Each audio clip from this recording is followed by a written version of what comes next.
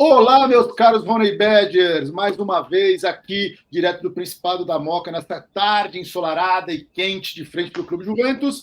Eu aqui, Rodrigo Tismar Borges e Ricardo Richter, em mais um Crypto Wrap-Up aqui nas sextas-feiras, na já tradicional Crypto Wrap-Up nas sextas-feiras da Honey Badger. E eu queria agradecer vocês, falar que é uma pena acontecer um problema. A gente ia trazer uma pessoa muito legal para participar com a gente hoje do Crypto Wrap-Up, ficou para a semana que vem, mas eu não quero perder a expectativa, não. Nós vamos falar de declaração de imposto de renda de cripto, é um assunto muito importante, a gente vai trazer uma contadora especializada aqui na próxima semana para falar com vocês, para explicar como é que declara, quais são as mudanças na lei, o que mudou agora com essa lei de imposto, 15% de imposto sobre criptos que estão em exchanges fora. Tem toda aí uma história para contar para vocês. Infelizmente, ela teve um probleminha, ela não vai poder participar hoje, mas vai participar na próxima. Conto com vocês aí, que é um assunto bem interessante. E eu já queria passar aqui para o meu caro Ricardo Richter, que preparou aí algumas análises on-chain muito bacana aí para falar para vocês, para a gente falar hoje, inclusive com o contínuo, né, com informações que a gente deu semana passada com o Pedrão, nosso amigo Pedro Rafael, e que já demonstraram que a gente acertou semana passada. A gente, quando erra, fala, mas quando a gente acerta, a gente puxa a brasa para a nossa sardinha também. É com você, Ricardo. Obrigado aí. Beleza, Rodrigão, beleza aí, todo mundo que nos acompanha. Pois é, a gente teve aí uma movimentação que a gente acertou aí, né? O Pedro acertou na lata o que aconteceu na distribuição das moedas, e aí eu acho importante a gente trazer aqui e comentar isso. Vou trazer outros indicadores também, fazendo aquela análise que a gente sempre faz aqui, trazendo informações diretamente da blockchain para as pessoas que nos acompanham. O que me chamou mais a atenção, tá? Antes eu até falar do preço, aqui essa semana, Rodrigo, foi justamente o inflow que a gente teve nos últimos meses, tá? Para quem não sabe, o inflow é a entrada de capital, e basicamente a gente viu aí muita emissão de Tether nos últimos meses, a gente acompanhou, trouxe a notícia aqui, e a gente consolidou essa entrada aí do Tether como um pump aí do preço do Bitcoin. E aí nos últimos 3 meses a gente consegue ver aqui pelo indicador, né, só de stablecoins que fluíram para dentro das corretoras, que esse valor ele praticamente triplicou, tá? O agregado do capital que fluiu, para a gente ter uma ideia aqui em números, está lá em 25 de setembro, a gente tinha 563 milhões de dólares como volume agregado do dia. A gente chegou a fazer um pico aqui, tá? Quando a gente tem em dezembro, dia 8 de dezembro, de 1,5 bi. Então a gente fez mais de 3 vezes, tá, de entrada de capital para dentro do mercado de criptomoedas. No meu entendimento, esse capital de stablecoins, tá, como eles são a maior parte do volume transacionado da rede de criptomoedas, né, todos os dias, eu entendo que boa parte desse capital é um capital novo, que acabou entrando no mercado. O Glassnode, inclusive, fez um reporte mais ou menos 3 semanas atrás falando disso. E aí a gente vê pelos nossos indicadores tradicionais de análise on-chain, aí entrando para o preço, tá? Que é esse leve aumento do nosso preço realizado, que aconteceu também desses 3 meses para cá, tá? Assim como a gente viu esse inflow aí de aumentar 3 vezes esse capital, a gente viu aqui o preço realizado do Bitcoin sair de 20.264 para 21.530. Claro que esse aumento do preço realizado ele vai sendo de maneira lenta, mas tem um ponto muito importante aqui, tá? Quando a gente olha outros indicadores de preço falando na rede, como o NUPL, a gente está nessa zona que a gente está brigando para ficar aqui nessa zona verde, é aquela zona onde o preço tende a dar uma maior elasticidade, mas a gente só vai ver essa elasticidade acontecer no momento que a gente tiver um rompimento aqui desse all-time high do preço realizado. O preço realizado ele não tem esse comportamento elástico, tá? Como a gente vê no preço das corretoras. Quando a gente coloca na comparação aqui, ó, a gente vê que o realizado ele aumenta lentamente, e a gente tem aqui máximas históricas lá, dezembro de 2021 com 24.500 dólares, depois a gente tem aqui, ó, 24.598 dólares em abril de 2022. Como a gente pode constar aqui nesse gráfico, nem é o momento de all-time high do preço. Quando a gente teve all-time high aqui do preço do Bitcoin, A gente estava com 23.800. Então, é um comportamento de preço diferente. A gente precisa ver esse all-time high aqui. É uma excelente notícia o que a gente está vendo aqui, tá? No aumento do preço realizado. O que a gente está fazendo aqui, mais ou menos, através dessa leitura de dados da blockchain, até para simplificar ainda mais para quem está nos ouvindo, estamos fazendo um follow the money, estamos vendo que o capital de stablecoins, ele entra para o mercado de criptomoedas, se distribui em muitos ativos e vai consolidando o aumento do preço realizado do Bitcoin, que é o ativo, podemos dizer que é a nave-mãe do mercado, né? O maior ativo. Consequentemente, a isso a gente vê aqui essa capitalização do mercado, né, realizado, aumentando. A gente tem aí praticamente o dobro, tá, uma da outra, 842 bi na capitalização realizada contra 421, no market cap e 421 no realizado. Stock to flow, que é aí aquele indicador queridinho dos nossos jornalistas, tá? Adoram falar desse indicador. Muito fácil a gente fazer essa interpretação. Então, quanto mais longe a gente está aqui da linha pontilhada, na zona verde, são sinais de Bitcoin barato. Quando a gente está na zona vermelha, aí significa que o Bitcoin está acima do preço esperado. A gente ainda está longe dessa linha pontilhada. Gosto de combinar Stock to Flow aqui com o nosso NUPL, tá? Não consolidamos essa zona verde ainda, Rodrigo. A gente teve uma boa oportunidade aí de um trade de mais ou menos 150% nos últimos 3 meses, pegando aqui a nossa zona laranja e indo até a zona verde. Quem esteve aqui acompanhando as análises on-chain e opera o mercado, fez aí, pôde fazer uma baita negociação, levando o preço do Bitcoin de 26 aí, lá para 44 mil dólares. Muito, muito, muito, muito, muito bom.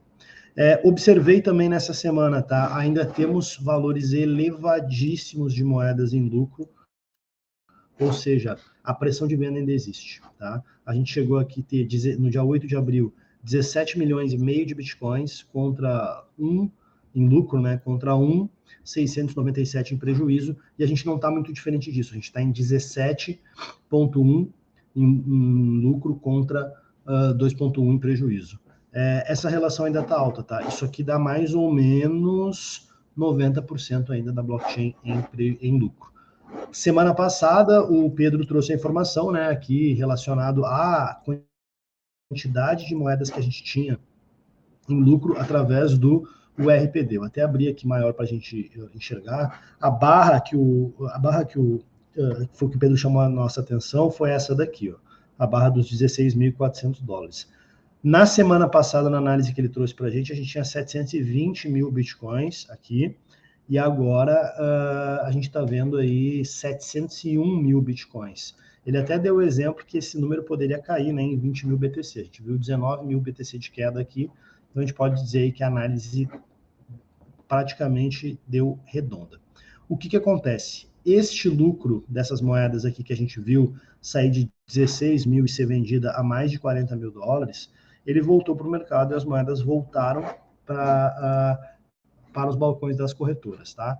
Aonde que a gente consegue consolidar esses movimentos e falar, Ricardo, mas beleza, as moedas foram vendidas, mas o que isso se traduz? Vamos traduzir isso em capital direto, vamos traduzir isso em dólar, porque afinal a gente quer entender, operar o mercado para ver o que acontece. Aqui eu consigo ver os lucros e prejuízos que foram realizados na rede, e aí a gente tem justamente isso. A gente tem 3 dias seguidos, tá? Do dia 12, na verdade um pouco mais, tá? Mas um aumento expressivo a gente tem lá, ó, desde o começo de dezembro até agora. São as barras verdes aqui. Quando a gente teve essa liquidação aí que o preço do Bitcoin caiu, o lucro aumentou muito. Então a capitalização que a gente tinha de lucro realizado na blockchain, ela chegou a quase 700 milhões de dólares por dia, tá? Então, para você ter ideia, lá em 12 de dezembro foi 692 milhões, em 13 de dezembro 692 milhões de novo, e 690 milhões ontem, dia 14 de novembro. São 3 dias que a blockchain vem realizando lucros de quase 700 milhões de dólares todos os dias, isso apenas na venda dessas moedas que estavam aguardando para ser vendidas. o que é natural a gente ver, tá, também dentro desses indicadores, tá? Alguns indicadores de supply, tá? Eu não cheguei a bater o olho neles, mas eu vou bater o olho agora. A gente vê eles cair, tá? Um pouco. Então é mais ou menos esse indicador aqui, ó. A gente vê uma queda um pouco, uma queda no número de moedas que estavam guardadas, retornando ao mercado. Isso é natural, tá? A gente tem aqui, ó, isso aconteceu aqui com as moedas que estão há 3 anos guardadas, também aconteceu com as moedas que estão há 2 anos guardadas. Então, um indicador de que nada mais do que o comportamento do mercado e dos investidores aí entendendo que o preço do Bitcoin chegou a um patamar onde o lucro deve ser, seria interessante ser realizado, e provavelmente a gente vai ver outros movimentos desses. Vamos lembrar que a blockchain ainda tem 90% de lucro, porém, quando a gente olha de novo para o RPD aqui, a gente vê que essas maiores barras aqui são moedas que estão a 26 mil dólares, 28 mil dólares, aqui estão as barras de 37, 36 mil dólares.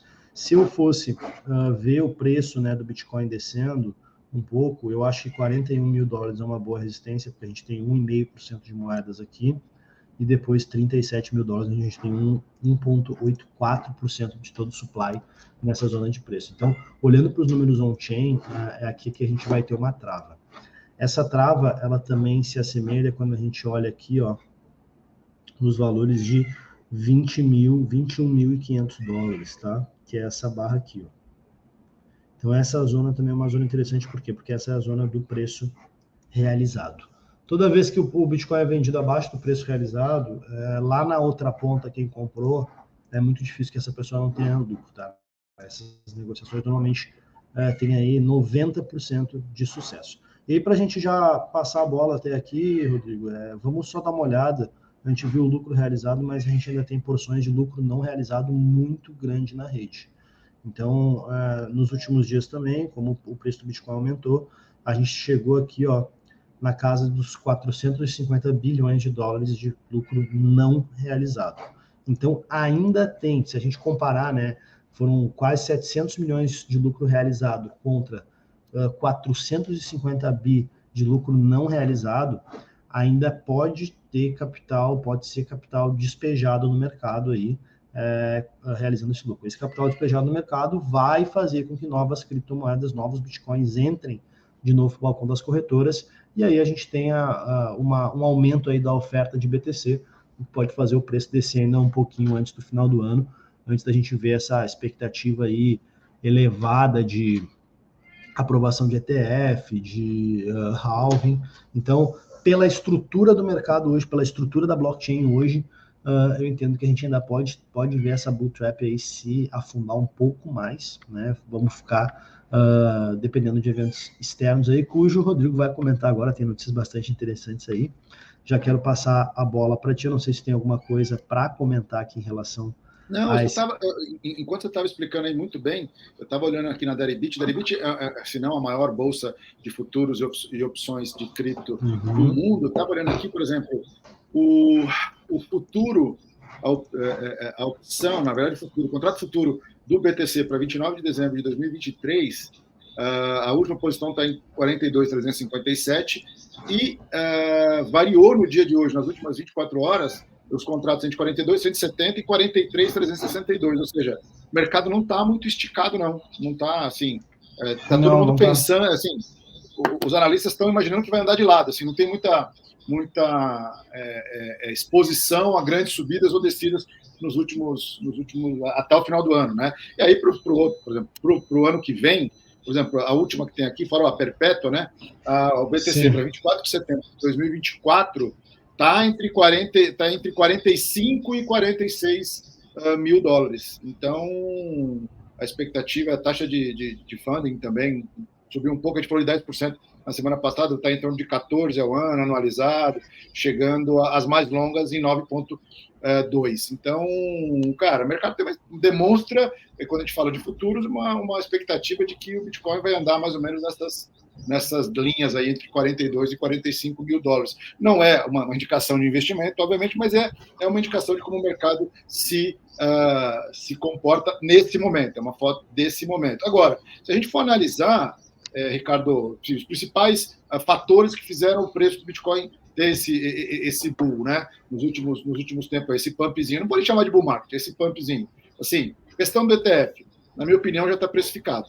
Eu acho claro que a expectativa está precificada. A partir do momento que você tiver a real aprovação e a entrada dos dólares no mercado, você pode ter um outro ponto muito grande, porque a gente tem uma expectativa de muito recurso vindo. A gente também tem uma outra expectativa para mediar aí no nosso espectador, quem assiste aí o nosso programa, existe uma expectativa, a gente não tem como comprovar isso, de que algumas gestoras desses ETFs já estão comprando com recurso próprio ETF no mercado, BTC ou Ethereum no mercado, para fazer o aporte nos seus próprios ETFs. Então, assim, na montagem das carteiras. Mas, com certeza, imaginando o tamanho dessas Fidelity, BlackRock, etc., imaginando o tamanho dessas grandes gestoras e a possibilidade dos caras captarem dentro dessas carteiras absurdas que esses caras têm de clientes, uma parte vai vir para a cripto, porque justamente os ETFs estão fazendo isso. A ARK tem uma série de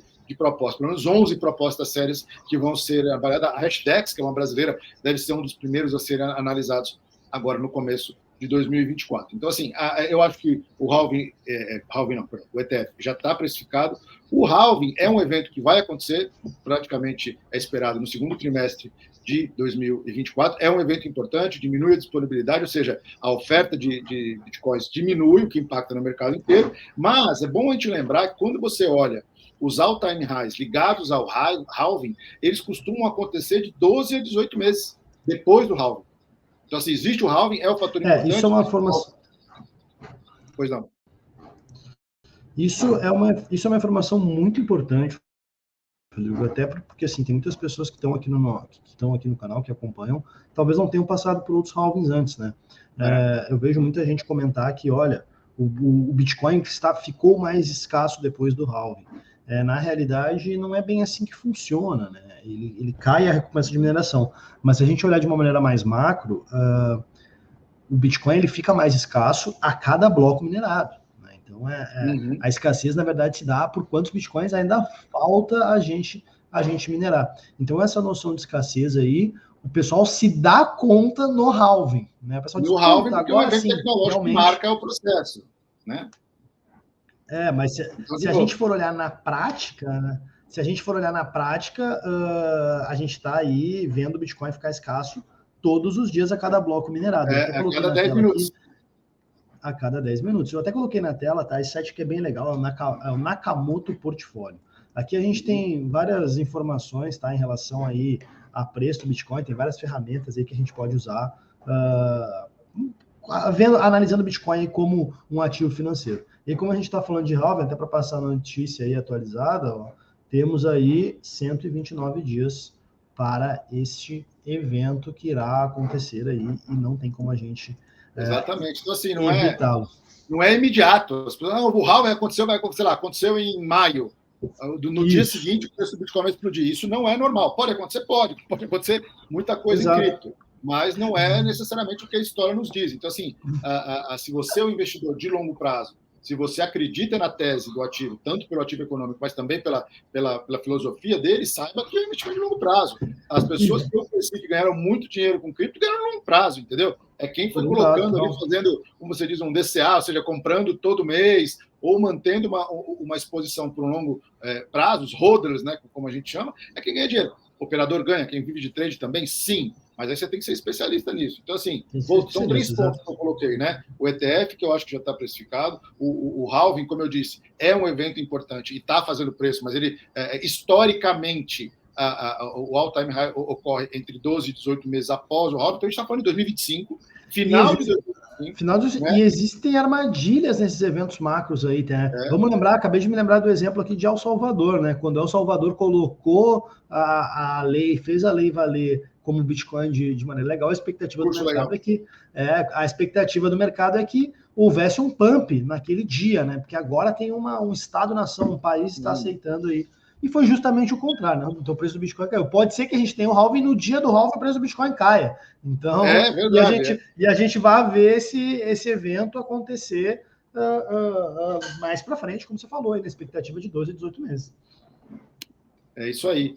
E, cara, você tem também o fator externo, o macro, né, que a gente sempre fala em relação a cripto, e isso é importante, né? Que é o fato, o Fed se demonstrou um pouco mais dovish nesse último relatório, né? Nessa última relatório do FONC, se demonstrou, existe uma expectativa de que você tenha uma queda de juros no ano que vem, o que é importante para qualquer ativo de risco, e cripto não está isento disso. Inclusive, eu estava lendo hoje, né, que as expectativas de pelo menos mais de um corte subiram de 22% em outubro para 84% agora, ou seja, existe uma expectativa do mercado que vai haver mais cortes, mais de um corte, e aí as expectativas estão entre 0,25 ou 0,75, alguma coisa entre um e outro, né? Lembrando que eles sempre fazem de 0,25 em 0,25, o que é bom para os ativos de cripto, ou seja, mais um fator impulsionador do ganho nos preços, né?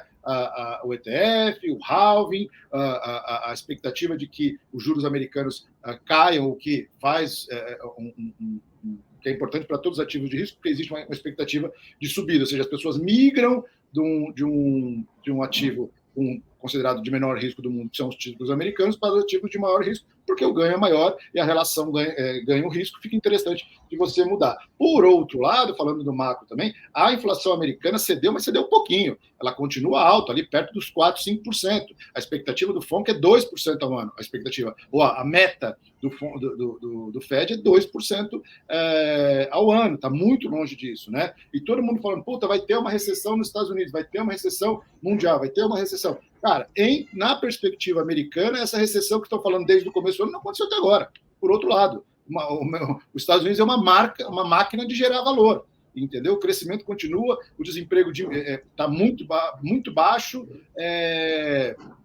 a inflação está baixando, o consumo está alto, então, assim, eu vejo com uma expectativa moderada essa queda nos juros, justamente por essas questões macros que estão acontecendo. Vai ser importante? Vai. É importante que você fique ligado. Aquela mudança no sistema contábil, que a gente já citou algumas vezes, também pode ser um fator. Então, assim, na minha opinião, existem mais fatores que empurrariam o preço para cima? Sim. Esses fatores são vamos dizer, concretos? São únicos? Não, existem muita coisa que pode acontecer, e é importante que o nosso espectador olhe. São definitivos, eu queria lembrar a palavra. Não são. Existem coisas que podem realmente frear ou até mudar os preços, né?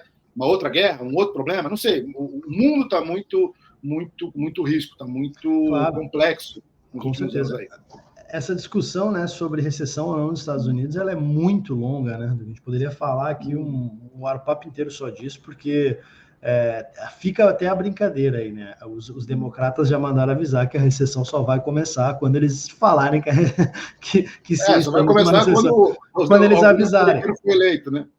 Não, exatamente. Não, quando eles avisarem que começou a recessão, então a gente tem uma recessão. Enquanto, mesmo assim, com taxas de juros se elevando, mesmo com inflação pegando, vai ser só quando eles derem a bandeirada mesmo. Cara, aquela frase never bet against America é cada vez mais difícil apostar contra os Estados Unidos, cara. Os caras são uma máquina de fazer negócio, uma máquina de trabalho. Muitos amigos que moram lá, cara, e assim, para quem quer trabalhar e ganhar dinheiro, é o país que oferece as condições para isso, né? Então, o que impressiona muito isso, né? Ainda mais a gente que vê aqui o universo de cripto, né? O universo de cripto a gente gosta de trazer aqui dados on-chain, olhar em detalhes as redes, porque a gente vê nisso uma forma de atribuir lastro a esses criptoativos, né? E os Estados Unidos, a grande questão, né? A grande questão da inflação, a inflação disparou, é a perda do lastro dos dólares. Mas parece realmente, né, o ditado do nunca aposte contra a América, eles são uma grande máquina de geração de lastro, né? Onde está esse lastro? Muitas vezes a gente nem sabe onde está esse lastro, seja dos dólares, seja das empresas, seja nos porta-aviões que eles têm, nos mísseis nucleares, a gente não sabe, mas, cara... Mas a gente sabe que tem. É a moeda de referência do mundo, ponto. Acabou. E lutar contra isso é bobagem. E aí, até indo nessa linha dos Estados Unidos, trazer uma notícia, existe uma instituição nos Estados Unidos chamada FSOC, né, que é o Financial Stability Oversight Committee. O comitê... o nosso amigo Ricardo caiu, deixa eu ver se ele volta aqui. Teve algum probleminha aí com a internet dele.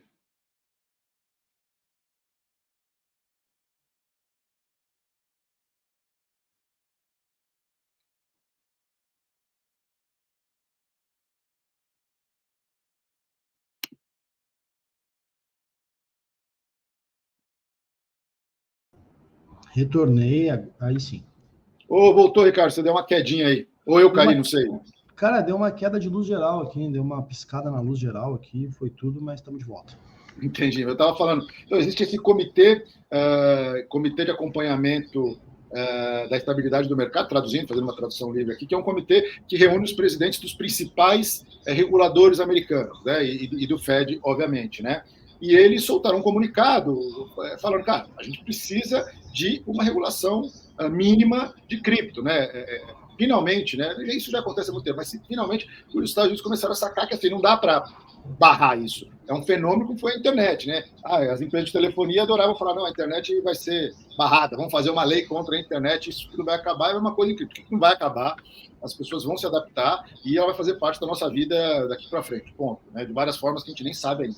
Mas esse comitê está falando, ó, o seguinte, já que não dá para a gente parar isso, vamos criar uma lei que proteja o funcionamento do sistema, teoricamente proteja os usuários também, mas que traga legalidade a esse processo. Porque ele já vem falando há muito tempo, já tem duas propostas rodando, uma no Senado e uma no Congresso, tem alguns deputados americanos, congressistas, como eles chamam, apoiando, pressionando para ter. Vamos ver como vai ser essa regra. Existe lobby de tudo quanto é lado, né?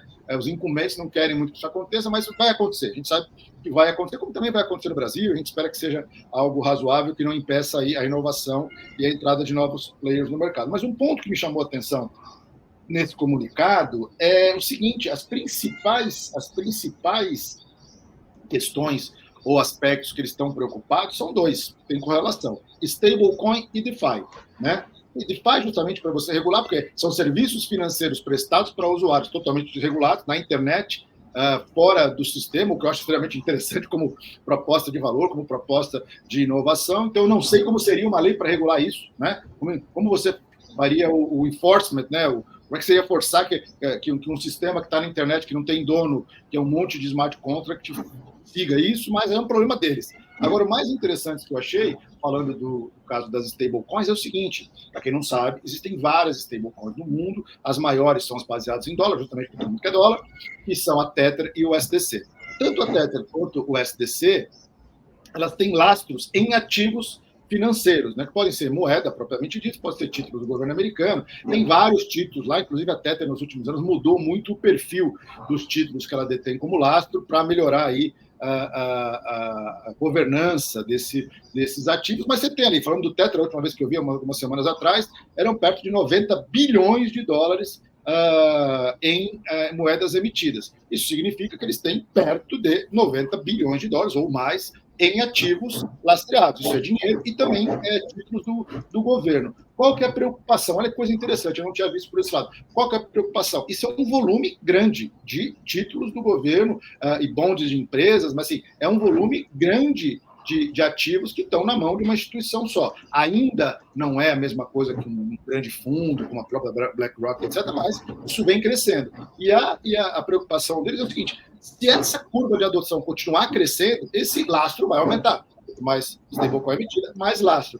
E se acontece um problema com uma stablecoin e todo mundo se sente inseguro, ou grande parte dos usuários, e fala assim, pô, eu vou vender esse monte de stablecoin e vou querer voltar a dólar. Eles vão ter que se livrar, ter que vender esse lastro para cumprir o pagamento dessas stablecoins. E a preocupação deles é o que aconteceria num estresse desse? O que aconteceria com os preços desses ativos se você tivesse uma enxurrada de título do governo americano sendo vendido em pouquíssimos minutos ou horas para cumprir isso? É um ponto importante, é um ponto extremamente importante que você olha e fala, pô, eu vou... como é que eu regulo isso de uma forma para que esse impacto seja mensurado, né? Porque hoje eles não conseguem nem fazer a mensuração desse impacto. Queria comentar alguma coisa sobre isso? Sim, eu acho importante a gente trazer em números, tá? Um pouco isso para o pessoal, tá? Como a gente tem... é fácil a gente consultar isso. Falando de stablecoin, algumas pessoas não têm a dimensão, tá, do que stablecoin representa, principalmente no mercado de criptomoedas. Quando a gente vem aqui no CoinMarketCap, a gente tem a informação do volume de 24 horas nessa coluna. Quando a gente olha para o volume de Bitcoin, que é a maior criptomoeda de 24 horas, ele está em 21 bi. Ether, a segunda maior, está em 10. mas quando a gente olha para o volume de 24 horas, o número 1 das criptomoedas é o Tether, com 47 bi. Então, o volume de 24 horas de 47 bi, a gente pode vir aqui também na aba das corretoras no CoinMarketCap, e a gente pode ver que 47 bilhões de dólares representa o volume da Binance, mais o volume da Coinbase, mais o volume da Kraken, mais o volume da BitB, mais o volume, a gente pode somar aqui, todas juntas. Então, a gente pode somar todas as corretoras juntas e a gente tem esse capital aí passando em stablecoin, tá? Estou fazendo uma análise rasa aqui, a gente poderia puxar o Glassnode aqui, olhar realmente o que está acontecendo dentro, mas aí a gente estica um pouco mais a análise.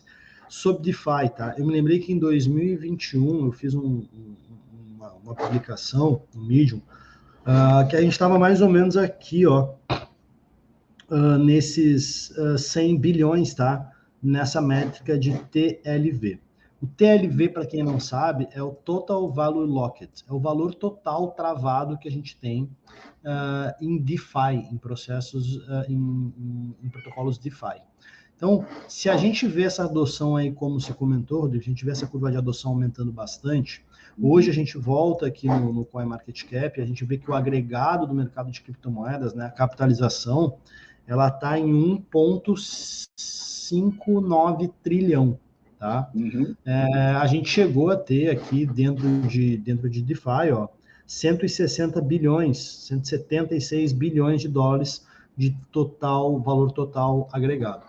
O que está acontecendo? Né? Vivemos o bear market, então esse gráfico aqui se assemelha muito ao que a gente está acostumado a ver já em todo o mercado, e agora, nesses últimos 3 meses, a gente volta a ter um aumento nesse valor. O que eu falava lá atrás, em 2021, sobre TLV? Tá? TLV é uma métrica. TVL, desculpa, eu acabo traduzindo aqui. A gente hoje tem 52 bi, tá? A gente já viu 100, 150, 170. Se a gente vê essa curva de adoção aumentando bastante, provavelmente a gente vai ver essa métrica aqui para 300, 500, talvez até 1 trilhão de dólares. E aí, se a gente imaginar esse cenário onde a gente tem 1 trilhão de dólares alocado em DeFi, quem paga essa conta, né, caso um contrato inteligente desses dê problema? Então, fica um pouco óbvio, né? Estou trazendo aqui números para a gente até... Dá para entender a preocupação dos caras, né? Dá para entender a preocupação dos reguladores, tanto quanto para as stablecoins, quanto para DeFi, né? Vamos lembrar aí que também tem uma boa parte de stablecoin travada em DeFi. Travada em processo de DeFi. Para quem não sabe, você pode comprar uma stablecoin para pagar uma conta, para operar em alguma exchange, você pode usar, é $1, é um recurso, você pode usar para várias coisas. Ou você pode investir esse dólar, porque aí você está atrelado ao valor do dólar, e emprestar ele para serviços de DeFi. Até algumas exchanges pagam 4%, 5%, 6% ao ano para você manter o seu dólar lá, e eles usam, como o mercado financeiro usa, para fazer o funding de outras operações. Então, assim, nada de novo. Não, o mercado já faz. Agora, só que aí você tem a diferença de ser 24/7, que está numa estrutura baseada em smart contract. Assim, a novidade é que você tem um sistema financeiro paralelo baseado em tecnologia. Esse é o ponto. Né? Então, eu queria trazer... Então, imagina o seguinte, voltando àquele assunto, imagina que se sai uma regulação boa, consistente, que traga segurança para o mercado americano, que é o maior mercado financeiro do mundo, e isso faça com que uma série de investidores, de fundos, de gestores, passem a operar cripto, porque eles estavam esperando uma regulação. Ou seja, caro ouvinte, caro usuário da Honey Badger, 2024 vai ser muito interessante, vai ter muita coisa para a gente discutir e muita oportunidade de investir aí nos principais ativos de cripto. Saindo um pouco de preço agora, não sei se tem mais algum comentário para falar sobre isso. Não, é isso aí, vamos ficar ligados nessas oportunidades, porque essas métricas, assim, aqui a gente traz uma outra análise on-chain, né, pelo DeFi Lama, eu sempre gosto muito desses protocolos, né, tem alguns queridinhos meus aí, mas a gente tem que entender que são ativos de risco, que não estão regulados ainda, mas tem um potencial enorme, né, uhum. Se a gente viu o mercado de criptomoedas chegar a 1 trilhão, e essa adoção tende a continuar, né, como a gente vê aí pelas expectativas, a gente também vai ver essas métricas aqui dentro das stablecoins se valorizar bastante, e aí fica a oportunidade para aqueles que forem visionários e conseguirem enxergar quais são esses tokens, quais são as operações que a gente pode fazer aí dentro desse... E não é só isso. Cripto tem oportunidade de dar porrada de coisa, cara. Eu trouxe um fator que pode parecer jocoso, pode ser engraçado, mas demonstra a inventividade, o quão disruptivo pode ser o universo de blockchain e cripto, né? Você já ouviu falar de um telefone, de um smartphone chamado Saga? Ainda não. Então, Saga é um smartphone que foi lançado o ano passado, né? Foi do meio final do ano passado, não consegui achar a data, mas é um smartphone todo baseado em blockchain, que já traz carteiras como se fossem hard wallets muito mais fortes dentro dele, ele é baseado na rede Solana, que é um protocolo, um blockchain muito interessante para a construção de negócios também, e ele foi criado totalmente baseado aí, foi criado totalmente baseado na rede Solana e baseado, obviamente, em Android e tal, para o cara que é o usuário de blockchain e queira ter um smartphone totalmente focado nesse uso e nessa tecnologia. O que aconteceu? Quando você compra um Saga, que custa $599, você ganha um airdrop. Um airdrop, o que é? Você ganha, né? Te dão um bônus, te dão um brinde em moedas, no caso, a moeda Bonk, que é uma moeda da Solana, que seria algo similar ao Dogecoin. O que aconteceu aí nas últimas 24, 48 horas, né? Dado ao pump do Solana e a subida de todo o universo cripto, o valor do Bonk que você ganha quando você faz o airdrop é maior que o valor do celular. Então, basicamente, você paga $599 num celular, ganha esse airdrop, que hoje está valendo $700, ou seja, você paga o seu celular e ainda ganha 100 continho, 100 doleta para bancar a balada no final de semana. Quer dizer, o que aconteceu? Cara, as vendas do Saga aumentaram 10 vezes nas últimas 24 horas. Os caras já falaram assim, pelo amor de Deus, segura um pouco a onda que eu não vou conseguir entregar. Os caras têm lá um grande estoque, mas o cara que cuida disso lá na Solana falou, cara, vamos montar, vamos entregar todo mundo. Mas por que eu quis dizer isso? Olha as oportunidades que tem. É uma coisa pequena tal, mas, ou seja, olha o que a tecnologia faz. Um produto de eletrônico, um celular, eu nem sei se é bom ou ruim, eu só sei que falaram que ele realmente é muito desenvolvido para que você possa guardar isso, as criptos, NFTs, de forma segura. A oportunidade do benefício, do bônus, do chargeback que você recebe de airdrop é maior que o valor do próprio aparelho. Olha que legal, isso aqui, super interessante. Uma outra coisa, quem disse que o NFT morreu? Falaram que os NFTs tinham morrido, que era um pump, que era um hype da moda. Não sei se você soube, mas teve ontem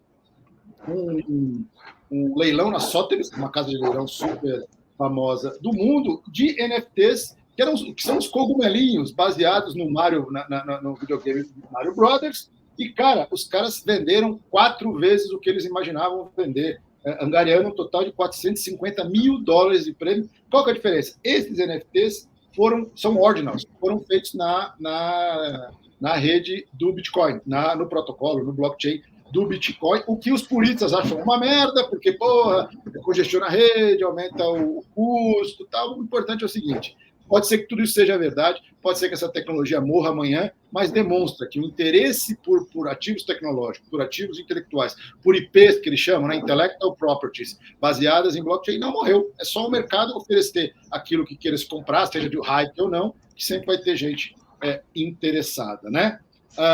E para finalizar, eu queria falar 2 coisinhas.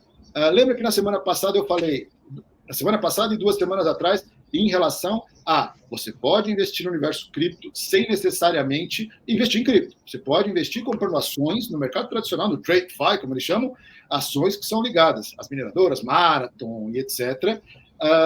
E aí, por que eu lembrei isso? Porque eu acompanho a maioria dessas ações. Cara, sabe quanto year to date, ou seja, neste ano, as ações da Coinbase bateram? Até hoje de manhã, 350%. Do começo do ano para cá, as ações da Coinbase, que é a maior corretora americana, licenciada, uma das mais importantes e mais antigas, que tem ações na Bolsa, na Nasdaq, subiram 350%. Belo trade, hein? Quem comprou Coinbase no começo, que é Coin, o ticker da ação dela, se deu bem, né?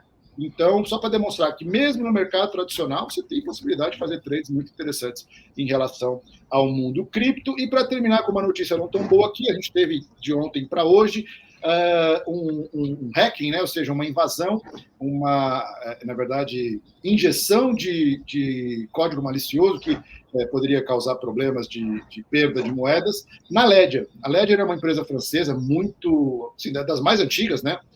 Do universo de hard wallets. Que são hard wallets? São equipamentos eletrônicos próprios para você fazer a guarda fria, ou seja, fora da internet das suas criptomoedas. A Ledger é uma das mais antigas, uma empresa, até onde eu sei, bastante conceituada. E o que aconteceu? Vocês lembram que a gente fala que você pode ter um TVL, ou seja, você pode ter você tem ativos que estão travados em serviços de DeFi ou de staking e etc. Esses serviços de staking e de DeFi, em sua maioria, têm uma característica muito importante. Você não precisa mandar o seu token, sua stablecoin, seja lá qual for o ativo, para o serviço. Você teria que mandar para uma exchange, por exemplo. Não, você faz um lock, você trava ele. Você conecta a sua carteira com aquele serviço e você trava esse ativo. Então, você dá a autorização para que aquele serviço utilize aquele lastro sem necessariamente perdê-lo da sua carteira. Você não vai poder usar, ele vai estar travado, porque é um contrato que você faz com o serviço, claro, para você não ter um duplo gasto desse ativo, mas ele faz isso. O problema aconteceu exatamente no que eles chamam de Ledger Connect Kit, que é o pedaço de software que conecta o serviço de DeFi com a sua Ledger, o seu equipamento de cold wallet, a sua carteira física. E aí, quando você faria alguma transação de lock ou deslock, ou alguma transação nesse sentido, você poderia ser infectado e perder os seus criptoativos. Até agora, ainda não tem-se certeza do total.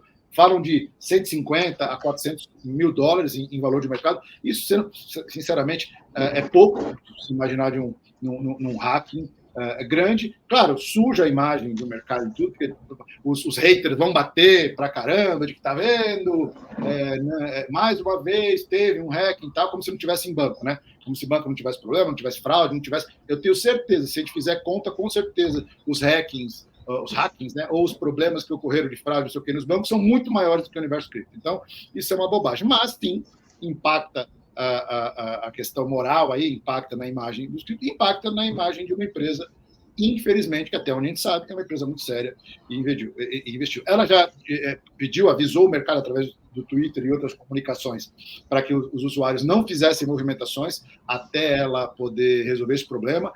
Na manhã de hoje, ela disse que já arrumou o problema, que não existe mais, que foi limpo, né, esse conector, e que os problemas foram sanados. Espero que sim, espero que mais pessoas consigam não ter problema, né? Ou seja, que mais ainda a própria indústria evolua e que problemas como esse realmente aconteçam menos, mas é imprevisível, é tecnologia. E aonde tem tecnologia, tem alguém querendo burlá-la. É uma pena.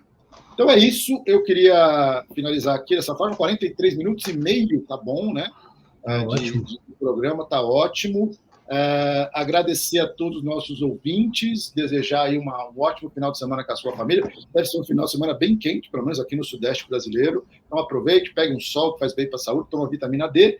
E agradeço aí mais um Crypto Wrap-Up a você, Ricardo. Não sei se você tem mais algum comentário, está aberto aí para você falar. Por hoje é só, passamos aí por várias informações de blockchain, temos bastante notícia, o mercado tá naquela situação que a gente não sabe exatamente para que lado vai, mas a gente conseguiu trazer luz para vários assuntos que pegaram essa semana aí. Vamos continuar trazendo indicadores aí na semana que vem, tá? E deixar aí um bom, né, final de semana, como você comentou, a gente faz ainda mais um programa antes do final do ano, né? É isso aí. Grande abraço, meu caro, tudo de bom. Um abraço para vocês. Obrigado mais uma vez, direto aqui do Principado da Moca. Um grande abraço a todos. Tchau, tchau. Tchau, tchau.